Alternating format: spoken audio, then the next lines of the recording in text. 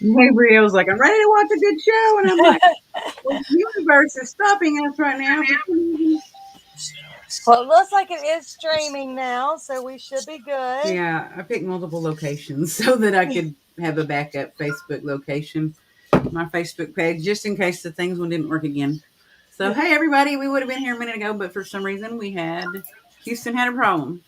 Hey, Paranormal Nation Radio, how's it going? Gabriel's So, we are here. And Gabriel, you better be in here watching. Hey, Jeremy. So, how is everybody? Good. Besides the weird, stupid Facebook. I don't like Facebook today. So we're going to share everywhere. Everybody that's here, share it to a location or a group, please, if you will. And we're going to talk about haunted trains and planes and automobiles today, boats and ships and rivers and all that stuff. Yep. The highway to heaven. How about that? Hopefully that's where people Adrian, Chrissy, and Bridget. Yeah.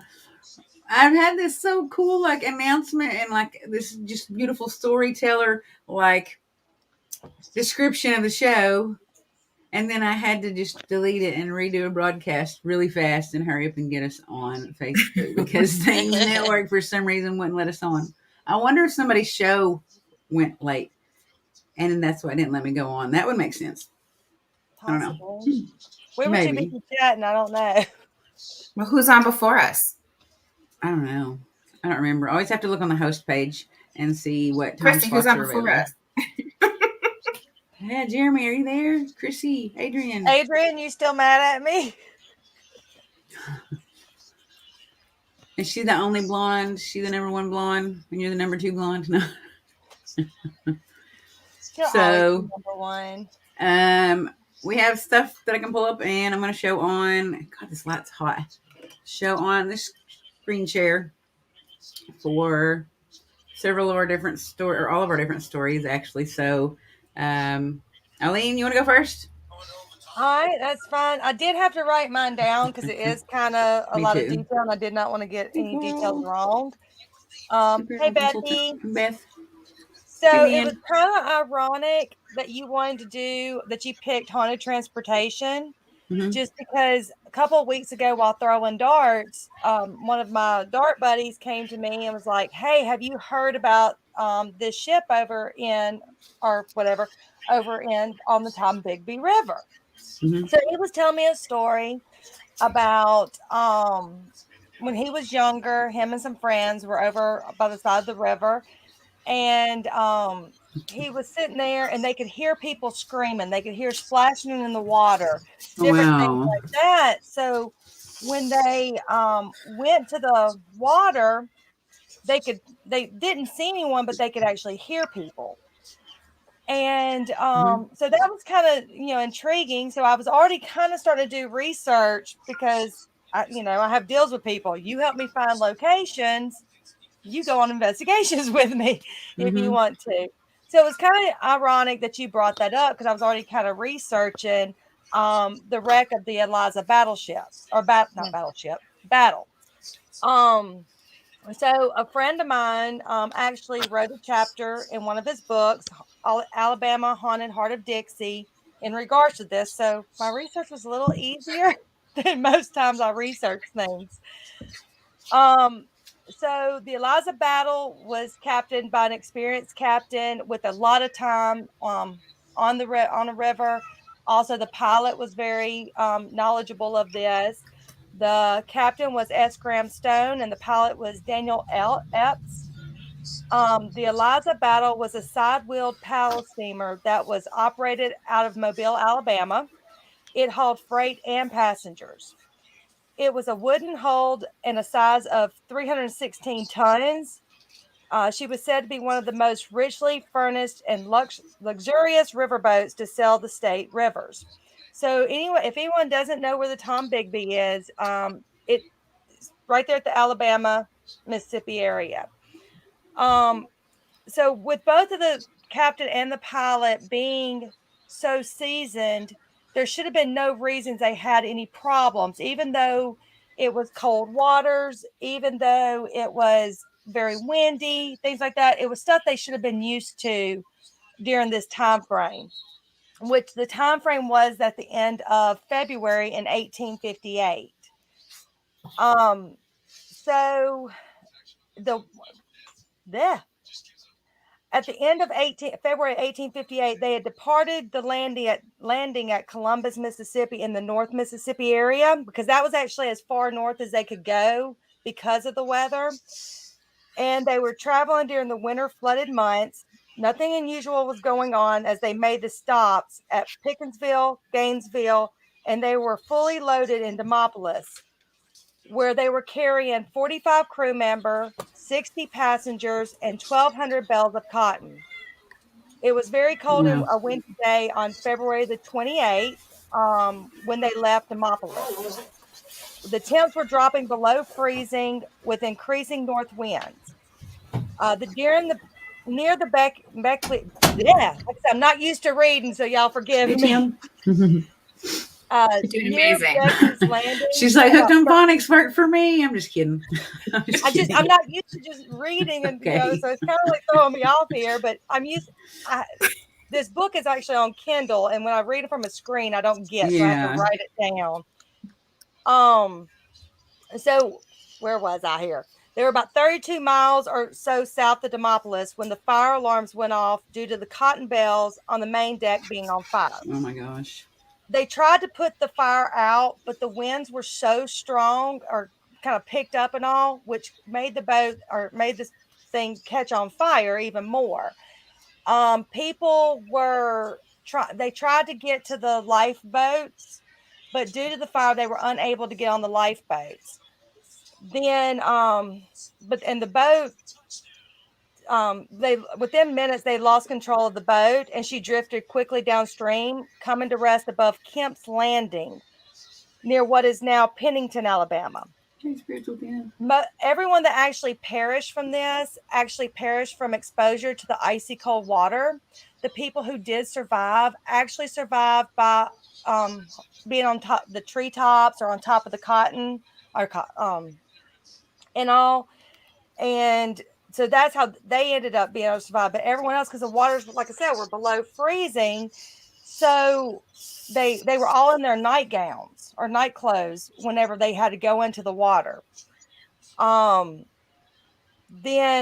there were some locals did show up to try to help rescue, and they did do a lot of rescues.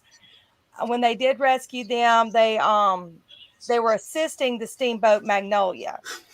After any rescues, they, of course, went into retrieval mode and picked up any of the deceased in the water.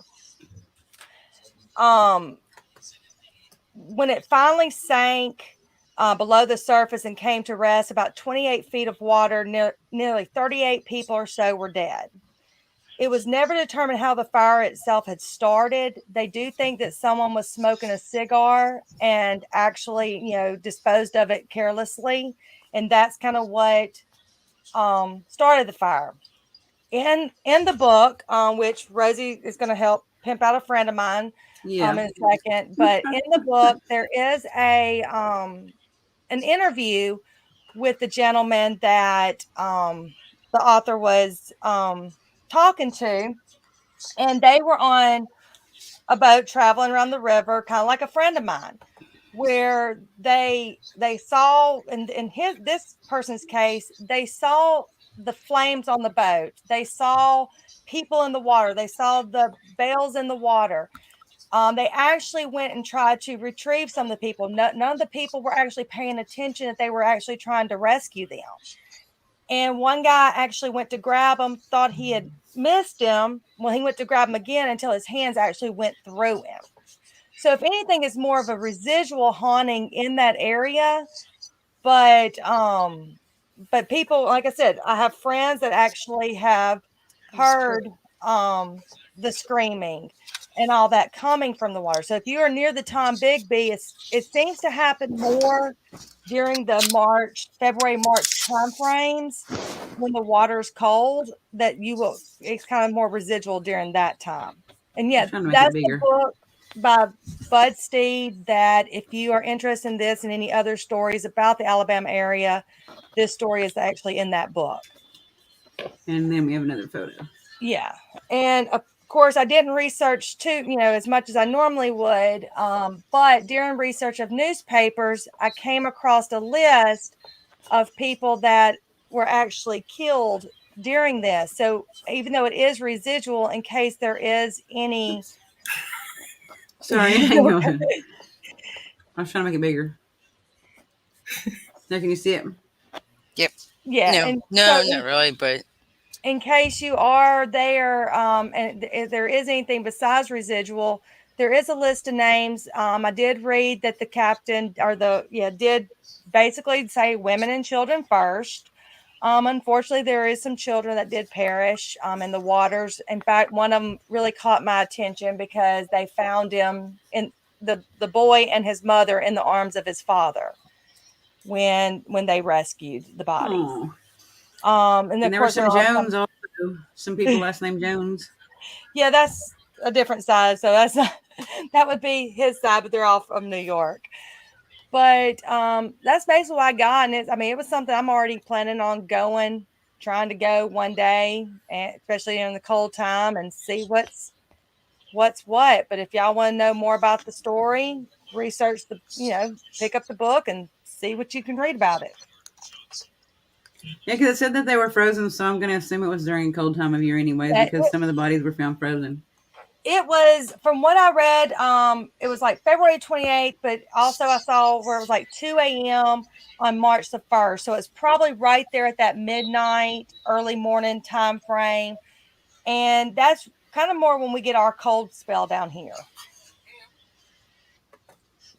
And I do see everyone's comment, hey, everybody, and no, Todd, you are not my best friend.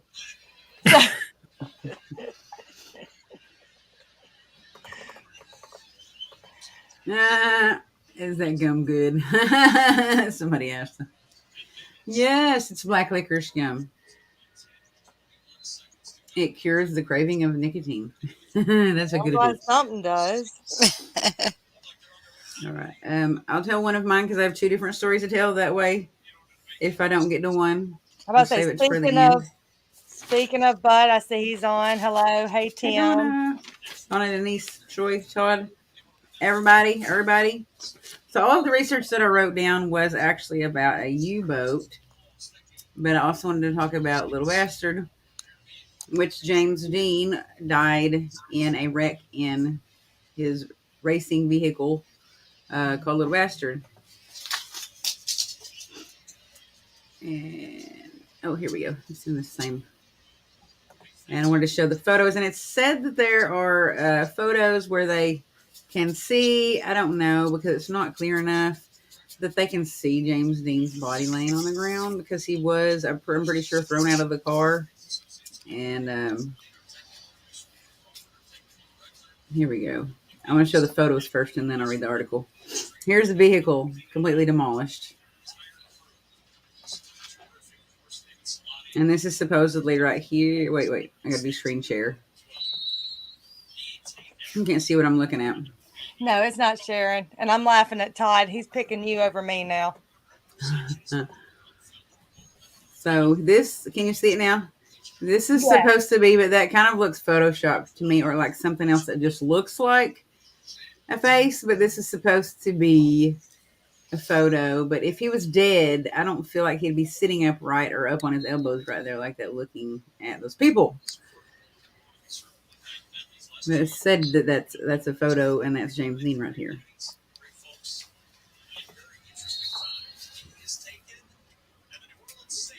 I don't know. I see the same thing in every photo, though. This is him when he was little and he started to like cars. Not get fascinated. Well, look at that car. No wonder. Yeah, I know. Right? The gorgeous car back there. This is his farewell service and his funeral. I think he was 24 years old. Yeah, he was 24 years old only when he died. And he was on his way to a race in this car, Little Bastard. He was on his way to a race there and driving through the night, and it was at nighttime when the wreck happened. He was with another German machinist / mechanic and race specialist. This is the last photo taken of him on the way to the race. This is the last photo, I think, of the last supposedly known gas stop that he made before the accident. But look at the car. I'm not going to be mean. It's an awesome car, but you couldn't survive in that car if you got in a wreck. No. Oh, that's the wrong photo. So, I've been in a wreck in a car like that, and I'm very lucky to be here right now. It was very small Mazda Miata, soft top convertible, and I don't know how, but I'm here.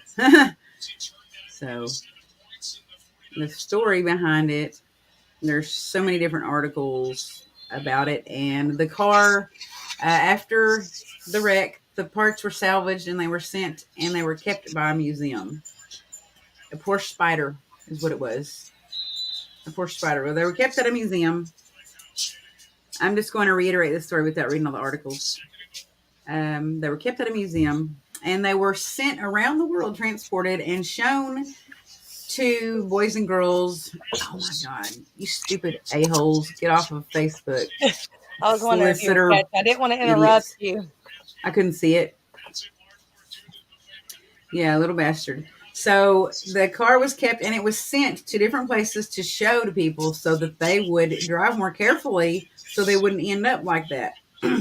It was shown basically as they found a positive way to, not mourn his death, but to use his death as an example of people to drive more carefully. I don't know if he had been drinking or not. There's different articles about whatever, and it's such a long time ago that it happened. That he could have just been driving like his normal race car self, and getting an adrenaline rush, and then it just kind of went out of control. But the car had been held at a museum, if you will, and sent different places, transported on vehicles at different places around the world to show to people so that they wouldn't drive dangerously. Well, on its last transportation, I think it was in Florida, it went missing. Someone stole it, pieces of it. And it supposedly got taken to a warehouse and hidden in a fake wall there. Well, after the story had been all over, advertised about its missing, someone came forward about its whereabouts or told the story about them seeing their dad or their uncle or their family members put it in a warehouse behind this missing wall. Some of the parts were recovered, not all of them, just several of them were recovered. And anyone that supposedly stole, because there was a person that stole one of the parts, or touched them, or owned them, or kept them, died of a car wreck or a, kind of unexplained death not long after accumulating that car part. So that's the story of Little Bastard. I told you, I'm so infatuated with James Dean. I want the car. You can have him. I would want the pieces of the car. I don't care how haunted they are. I would want one. Once I found out he's in my family tree, no, that was yeah, okay. Cursed. It was said to be cursed. Yes, that's what I've heard. And this is true too. It has been supposedly proven. And I do wonder sometimes, because I can't remember, and you may have just said it, but how long did he have the car before he wrecked in it? I don't remember. I'd have to go back and read one of the articles because I didn't write that part down. Because, I'm just wondering if anything got put in the car prior to, if there was ever anything. Possible, because he was a person, that people were jealous of. And he did well at what he did. Tim said we need to come hang out with him and go see his burial site. I would love to. Plus, like I said, obviously that's where some of my Wilson family is up in Indiana. So I got to make a trip there. Because it wasn't noted, and if it was, it wasn't said that it was a long time that he had it. Yeah. Yeah. That's awesome. Ane has a story about Abraham Lincoln. I have a story about the Lincoln Special. It's President Lincoln's basically the President Lincoln ghost train. And I was going to do a different story about something around a haunted area on the train tracks near here, but my life went a little wonky for this past weekend. But so I remembered that I was actually on this train, Lincoln's presidential train. And it's basically supposed to be, the Lincoln Special is basically supposed to be equivalent to Air Force One today. And I've written some notes down too, so I'll be reading. Okay, and I'll show some of your photos then while you're reading. So hopefully I can read coherently. So, but yeah, and so it was basically made to be the presidential train for traveling around. But actually, President Lincoln he was not even able to ride on it until his death, actually. So what they did was they actually had to, who was it? It was where are they? The U.S. military railroads built the car, and then they delivered it. But then they had to take it back to, yes, there it is, right there, they had to take it back to reconstruct it in order to make it a funeral train station car or a train car for him and his son, Willie, who had died 3 years previously from typhoid. So they had buried Willie and then redug him up and had him go on the train with his father back from Washington all the way to the 1,700 or 1,600 or 1,700 miles, all the way back to Springfield, Illinois. And that was in April. That was April 21st, I think, in what year? Did I not write the year down? I didn't write the year down. Oh, wait, 1865. So yeah, so it ended up just being his burial train to procession, basically back to Springfield, Illinois. But what's haunted about it is, and what makes it so relevant for our show today, is that this train is basically a ghost train every year on the anniversary of this trip. So, and it's where people from New York all the way, or I guess Washington, all the way through New York to, Springfield, Illinois, it did a zigzag kind of path towards, it didn't take a straight shot there, because what they did was, against his wife's wishes, they put him on display, basically. And they hired an embalmer to keep his body looking basically fresh as possible. And then they had to constantly hide the smell with flowers. So they would have to stop continuously. So they did a zigzag thing to stop and buy fresh flowers to hide the smell and cover that up. So it made a lot of stops. But basically every year in April, towards the end of April, which is the anniversary of the funeral trip, there are ghost train sightings everywhere.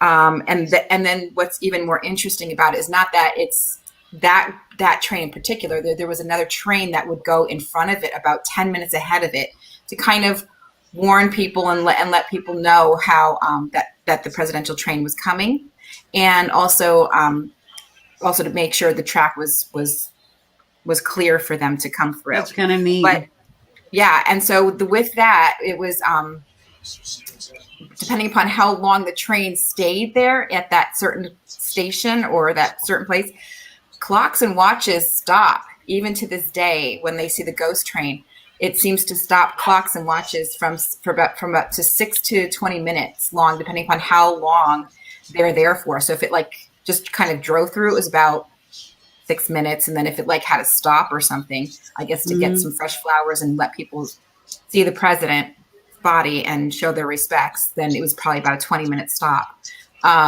But yeah, that's what happened through that. And that's how it became. And I guess because there was so much emotion and so much energy and so much love for this president from most people up in the North, that the emotions, I think, made it a thing, made it stay and become this apparition that comes every year. Residual haunting. Yeah, basically, yeah. And then let's see. I don't want to miss any information, because it was it's really actually kind of interesting. I'm really I was glad that I this one. Oh yeah, this is even more interesting than what I was going to say. But and then I was actually on the train itself. I was in the actual presidential car. So in Minnesota, it's in Duluth. It's in the Union Pacific Railroad Train Museum in Duluth, Minnesota. So, and I was actually down there and I was on it. So that was pretty cool. That's awesome. Yeah. So I even had like a little connection to it. So, so I was like, oh, wow, that's right. But I tried to find personal pictures from my phone, but I realized it's one of those things where you have your cell phone and then it dies and all your pictures go along with it. So, Yeah. And then let's see. Yeah, so I think that was basically it. So yeah, that was pretty much it. And then the train was basically 9 cars long. The final car was the presidential car and then the caboose. So, and they had, and again, it was against his wife's wishes to do this and put him on display. But you know what? But his wife and President Abraham, I guess, were really into the spiritual and would actually invite seers to come to the White House. And so they really believe in this stuff. So it's not any like real surprise to me, or I guess anybody, that he would kind of create this anniversary trip to be a thing. So I don't know. I thought that was really interesting. Plus, I guess, can I do this again next week for our presidential one? I might be more versed on it, like smoother by that time. But yeah, that was my story there, which is, you have the president there, and then his picture, of course, and everyone knows it's him, because that train is his, because there is a big picture of him right there in the front of the train. Mm-hmm. Plus, also, there's been sightings from several sightings, repetitive sightings from employees of the railroads. So they've reported this and written about it. So it's really interesting. That's my story.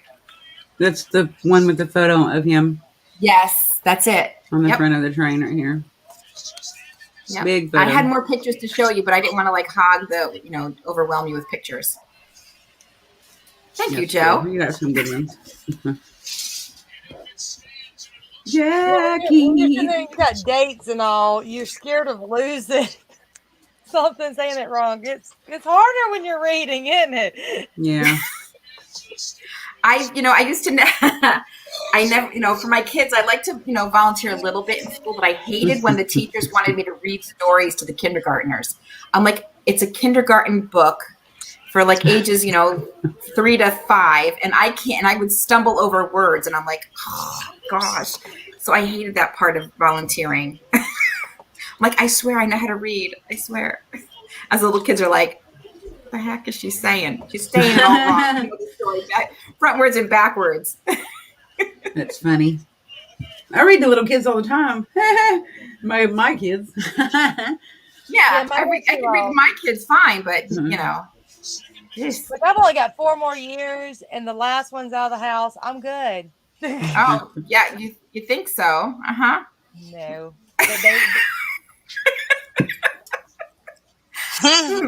Jackie, it's your turn. No. She's like, hey, awkward laugh. Is the game over, Jackie?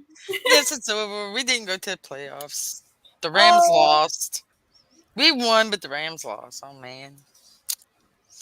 Okay, so it's the Delta Queen riverboat. It was built in the 1820s. The Delta Queen is an American stern rear riverboat measuring 285 feet long and weighs 1,650 tons. She has a capacity of 176 passengers, and her cross-combined steam engines generate 2,000 steam power. The riverboat transported the Delta riverboat transported wounded soldiers to hospitals in World War II. Oh, wow. It was refurbished to carry vacationers after the war. It was refurbished to carry vacationers, people to vacation on it after the war. Mary Green became in charge of the riverboat in 1947. She was 79 years old. The Delta Queen was added to the National Registry of Historic Places in 1970. Mary B. Green was one of the country's first riverboat captains along the Mississippi, along the that part of it. Mary B. Green loved the Delta Queen so much that she has never left the boat. Um, so then there were sightings of her and stuff, which I gotta read. Um,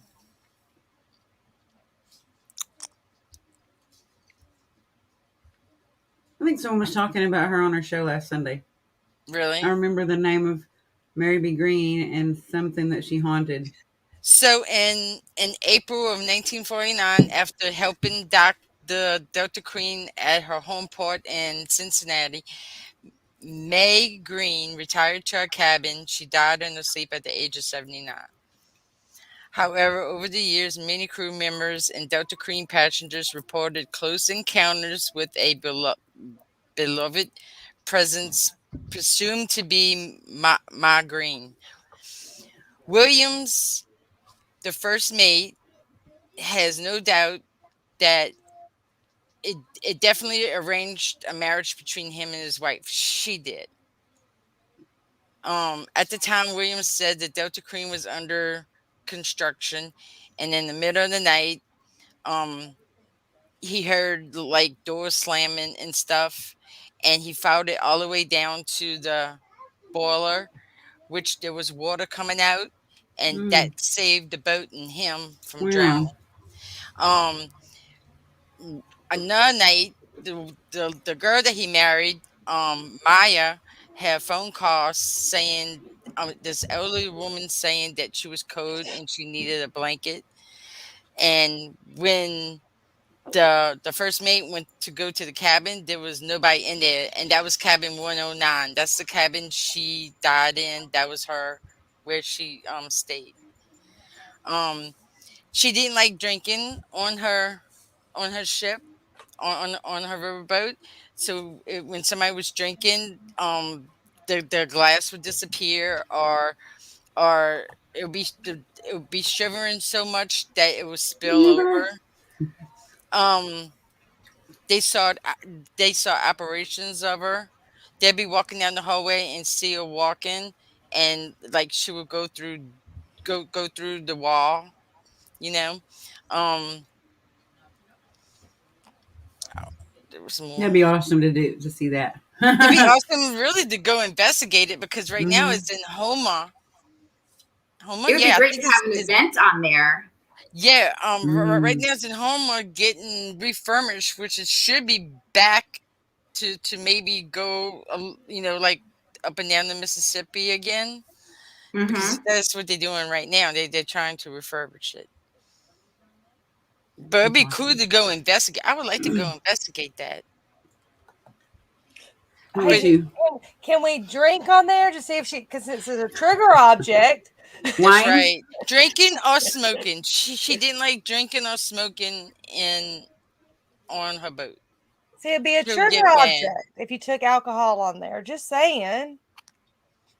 Yeah. But she still stays on that boat. They say they see that they hear voices and stuff.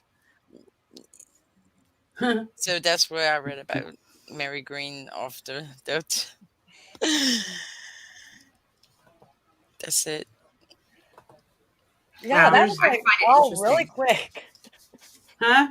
That Yeah, and was I still really have quick, one all of it. story. Well, This that's is like because four that pages of gives press Rosie already. another her turn to give another Yeah. story. So this is an undersea boat that I've always been fascinated with for a long time now, and I actually started a podcast idea besides Facebook, like an actual just podcast idea, and set up a podcast account just because of this specific U-boat. It's a German U-boat, and it was built during World War One. It has a sister ship, which is UB-40, and it is said that if you leave a glass of wine out or in the area, I guess that you'll attract the sister ship UB-40. That made me think of the story you were talking about, or the alcohol. Yeah. So before it was even finished being constructed to go out to sea, there was an incident on the docks where a loud wailing was heard. And this is where it makes me think that spirits are most of the time trying to warn us. They're not trying to haunt us. They're trying to warn us of stuff, and we just don't notice. But a lot of the time, I think that's the case. There was a loud wailing, and then there was a beam. It was like a big beam that was being used to construct the U-boat. And after the loud wailing noise, these two workers were struck with this beam, and it killed them. August 1917, that was before that day, but that's when it was born. The ship was born or finished being constructed. So, and when it was investigated, the chains that the beam were in weren't even broken, supposedly. So it's kind of odd and like unexplained how that beam came out. But I feel like a spirit was trying to warn those guys that this beam was going to crush them, and it did, and they died. The boat, once the engine was being installed, this is before it was actually put out to sea too. When the engine was being installed, 3 other workers were found dead from a leaking engine. During the first test run, one man jumped overboard. Someone heard him scream, saw him run, and he jumped overboard to his death. There was a gas leak that claimed the lives of 2 more crewmen. And by their very nature, it's said that sailors are and this is I can vouch that this is completely true, the most like superstitious people that you can come across, because they have all of the stories of the lore of the mermaids and the sirens and the kraken and all that stuff. They're very superstitious people. On the evening of the maiden voyage, one device, I don't even know what that says. Oh, a device, the torpedoes. It was armed with like 16 torpedoes, and that's what it was used for when we use it for war. One of the devices detonated on its own without anyone touching anything, and it was unexplained how that happened, and that killed a lieutenant and hurt 5 men very badly. On October 1917, on its first mission, it successfully sank 5 enemy vessels. And in the process of up until this point, Lieutenant Richter was killed. But first, before he was killed, it was like he was warned again by seeing a spirit on the pier. And then there was a screaming in the control room. And Lieutenant Richter actually... people he wasn't the one that saw the spirit. It was a lookout guy, and he didn't believe anybody when they said that, but he ended up passing away actually and haunting the ship himself. Then there was a crew of 24 men, I think 24 or 26 men that were on the ship, and they repeatedly told stories about seeing spirits, seeing ghosts that would pop up just like right next to them or be behind them, like so close that they could hear this spirit breathing. 5 or 6 different incidences were reported by one crew before it was ever investigated, and before their superiors even reported it to the commanders so that it could be investigated. And it was always reported after that Lieutenant Richter died that he was the spirit that everyone saw, and that he would be on the pier where I guess he had passed away. So once they actually got the superior or the captain to report to the commanders, they did bring a Lutheran preacher on board, and they did an exorcism on this vessel. Oh, wow. Yeah. And after that, I'm not sure, something happened where it wasn't used anymore. I don't know if it was taken apart, if it was docked. I know that sailors refused to board that ship. From all the stories, they would not board that ship because they knew that they were basically like signing up for their death. Hey, Rebecca. Hey, Stuart. Hey, Gabrielle. But yeah, I don't know how many lives it claims. Something lives I want to say, which is the amount of people that would be working on that ship at one time. And there's a photo I wanted to show of the vessel and the guys that were on it. Yeah, it sounds a lot more boring when you're reading. Eh, No, I I'm mean, like, like man, I I said, sound like I'm putting people to sleep here. that's what I Jeez, said. I'm We putting just, myself to sleep while I'm reading this. I'm that's just what I was wondering. saying. On I'm mine, just if anybody wondering. wanted to know more, just go read the book. There's more in it. Well, I'm wondering. Gabriel says here that that he was on the boat, so I don't know what boat he was talking about. The one that Jackie was talking about, or the Yeah. one you're talking about. I think the Not one me, Jackie because was this would have been before his time. Yeah, this Oh, is the one Jackie was talking okay. about. And it was That only a answers vessel for military use, strictly. So, unless he was in the military and he's older than I think he is. that. You old fart, Gabriel. You old fart. That's a Well, cool. that was a photo of the top of it. That's the lookout right here that you see where the men stood and they saw down here on the pier. Can you see the cursor? Uh-huh. This is Well, where they not anymore. repeatedly There it is. saw Lieutenant Richter. And Wow. then I believe the steam room and stuff is down in here, and that's where explosions happened, and then torpedoes were launched without any explanation. So it's like almost like there was some kind of evil spirit at sea that did not want this. I wonder if it was cursed by an enemy, if an enemy put a curse on this crew and this U-boat. It's just crazy. There's paintings that have been done about it. Like here's a spirit painting, and there's the lookout officers, and then there's the spirit. There's a lot of paintings. I mean, it's very famous. It's a very famous story. Another one where there's the lookout officers, and there is the captain Oh Richter, yeah, or Lieutenant Richter. I like that. Is the story of the guy that jumped overboard when he saw a spirit. He got so scared that he screamed and he jumped overboard, which is dumb. I mean, I don't know. I would have Wouldn't just. you? I don't think so. I think I'd rather not be eaten by the sharks. I'd rather be messed with by the spirit than the Yeah, sharks. This I'm with is you, Rosie, on that. this. I hate sharks. That is my worst fear is being eaten alive. I'm not Mine kidding. too. And I'm in the Navy, so don't ask me why I picked that one. But so far, so good. For 12 years, I haven't been touched You'd be by a wanting to shark. go investigate it.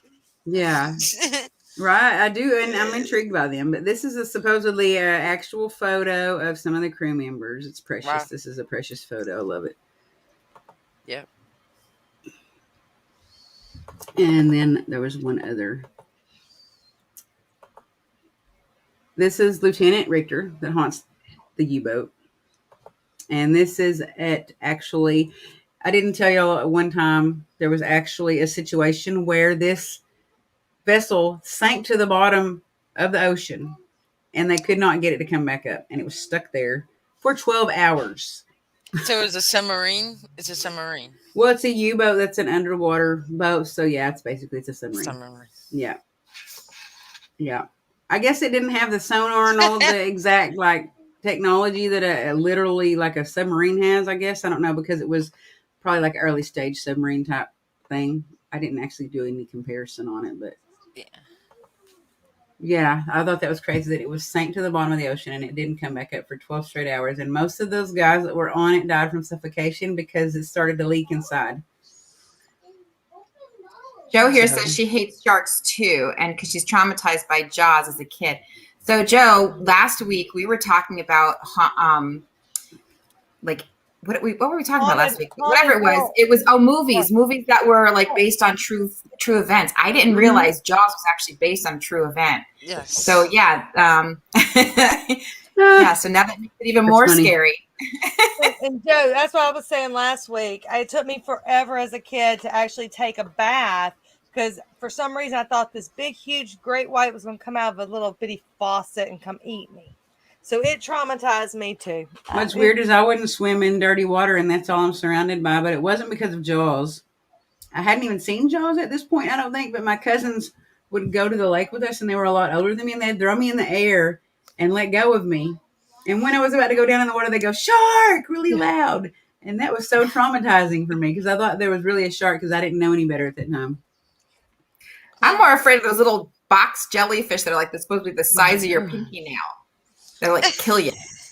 That's what and you won't even see them coming. They're just like going to get you right there. You know, little tiny little thing. See, every time we go to the coast and my kids are getting the ocean, I make sure I stay between like them and the outer parts of the ocean. So that way something comes, hopefully it'll get me before the kids. But You know, I'm overly. It traumatized me. It truly did.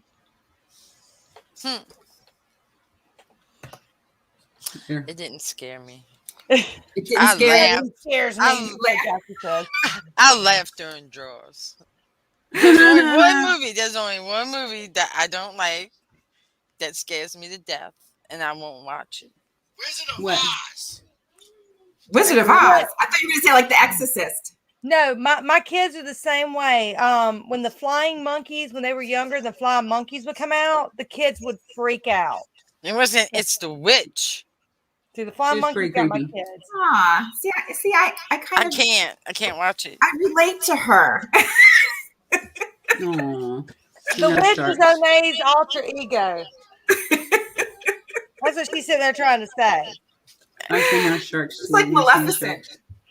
I love Maleficent.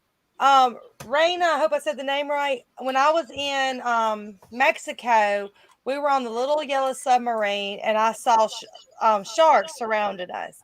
And they kept saying, it's nurse sharks. It's nurse sharks. Don't worry. I was banging at the top of the submarine trying to get out until they finally told me, you realize if you get out of here, you're mixed in with the sharks. Yeah.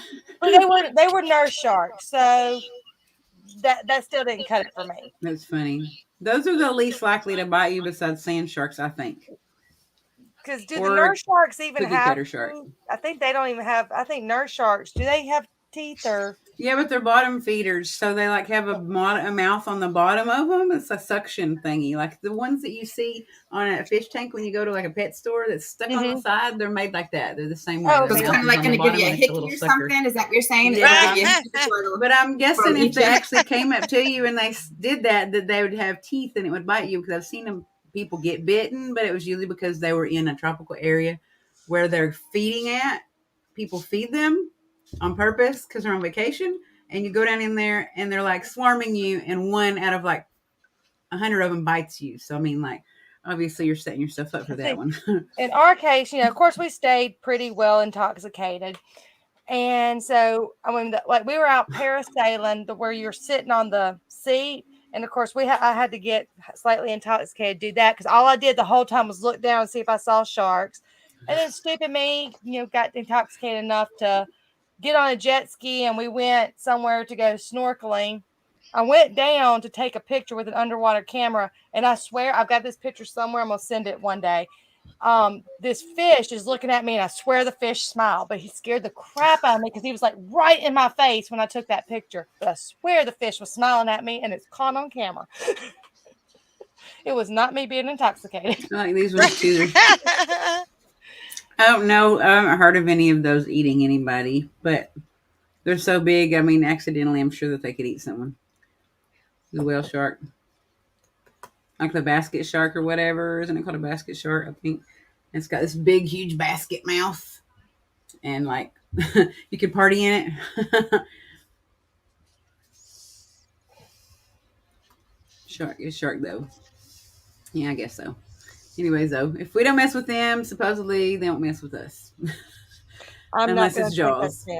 Jaws is going to eat you anyways. So, but thank you everybody for watching, and cool stories, everybody. I'm really glad somebody picked a train, because I totally wanted to pick a train, but I already had these other two stories I wanted to do. Yeah, it was only natural for me to pick a train, especially since I was on it. I mean, like, I was like, wow, I was actually on this thing. I've actually read about that story before then, and I was really like intrigued by that story, because I like Abraham Lincoln. I mean, my son's name is Lincoln, spelled the same way. Chrissy, I'll try to find the picture and send it to you. Someone else has got to agree besides my friends that were there that fish was smiling at me. Thank you, Tammy. She just popped up out of nowhere. If you want to watch everything, you didn't get to see everything, go back to the beginning and you can watch the whole show, because you missed it unless you were here the whole time and I just didn't know it.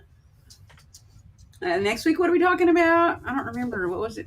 I think presidents. 100 presidents. And I was thinking about Lincoln. Yep. Or there's a bunch of them that had paranormal stories. Thank you, Joe. I felt like I was in school again, having to get ready for a report. Hey, you didn't miss the first 6 minutes though, because we were late. So there we go. I know, right? You're like, it took 5 minutes to read all that, but it's like 5 pages long. I don't even write big. Oh. So we'll be doing Dead Presidents, I guess, next Sunday. Paranormal stories or haunting stories about presidents. There was just a notification that something just started on things. Are we supposed to be off now? It's 7 o'clock right now. Well, here we go. Let's leave. All right. Well, it was great seeing all of you. Thank you. Y'all. See you next week. See you Sunday.